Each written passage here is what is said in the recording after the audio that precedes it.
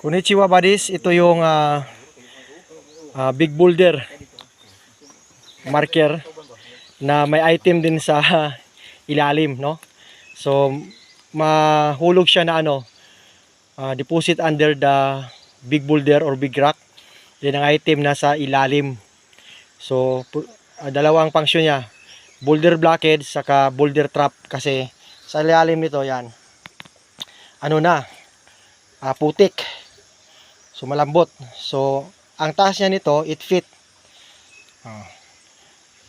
Team Katam is ganyan. Okay. So ang taas naman 8 din, no? 8. So tingnan natin sa taas.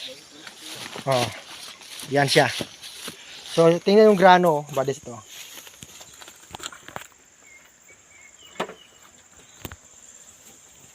Ayan, dikit-dikit na siya.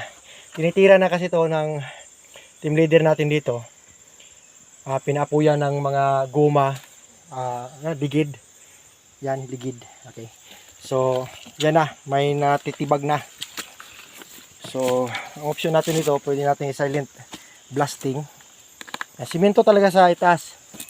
Ayan, parang bagong kalsada na winalisan. Ayan. So ang letter C nito dito nabasag na.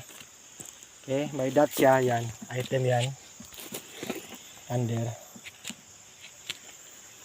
Okay, ayan. Thank you. Ito yung isa dito. So dalawa magkatabi. So 8 ang taas niya. 8 din ang vertical na taas. Then dito 8 din. 8 by 8 by 8. So kwadrado to buddies. Ang nangyari ito, binasag-basag na.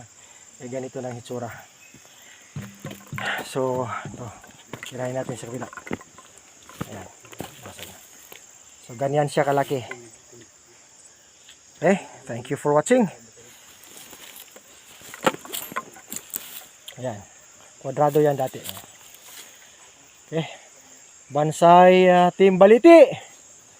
Bansay.